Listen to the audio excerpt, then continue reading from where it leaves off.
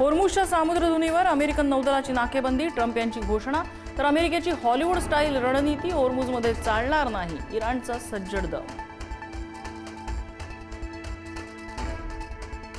अमेरिकेकडून होणाऱ्या होर्मुझ सामुद्रधुनीच्या नाकेबंदीला चीनचा कडाडून विरोध. इराण चीन व्यापारामध्ये कुणी आड येऊ नये, चीनचा इशारा.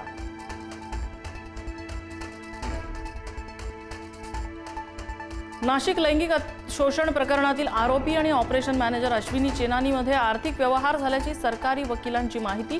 तर आरोपी आणि चेनानीमधील संवाद सीडीआरमध्ये उघड झाल्याचाही सरकारी वकिलांचा दावा.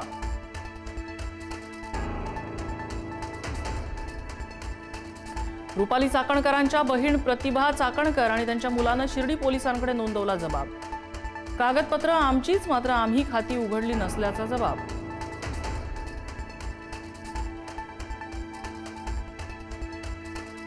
भोंदू अशोक खरातला 7 दिवसांची न्यायालयीन कोठडी.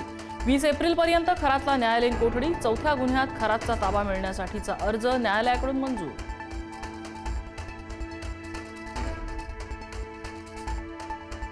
भोंदू खरातच्या मालमत्तांवर ईडीची छापेमारी. खरातचं घर, कार्यालय, फार्म हाऊस, ईशान्येश्वर मंदिरसह अन्य मालमत्तांमध्ये 6 तासांपासून झाडाझडती. छापेमारीत महत्त्वाचे पुरावे हाती लागण्याची शक्यता.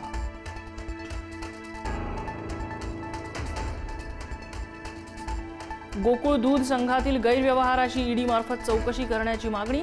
चंदगडचे आमदार शिवाजीराव पाटील यांची मागणी. एका बड्या मंत्र्याच्या आशीर्वादानं गोकुळमध्ये गैरव्यवहार, शिवाजीराव पाटलांचा आरोप.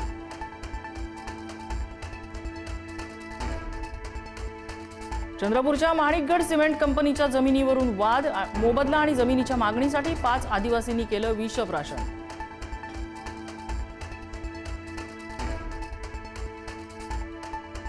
कर्नाटक सरकारमधील जवळपास 30 काँग्रेस आमदार बंडाच्या तयारीत असल्याची चर्चा.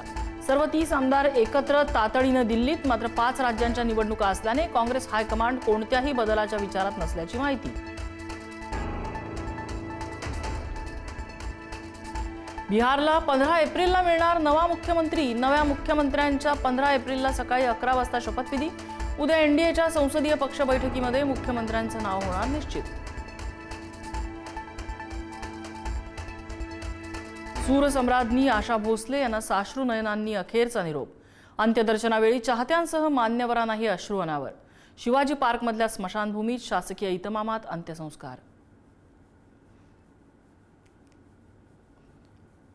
राज्यात आशा भोसले संगीत अकॅडमी स्थापन करणार. मंत्रिमंडळ बैठकीत महत्त्वाचा निर्णय.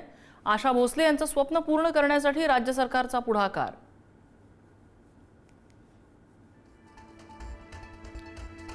दिल्लीतील नोएडाच्या फेज 2 मध्ये पगारवाढीच्या मागणीसाठी पुकारलेल्या आंदोलनाला हिंसक वळण.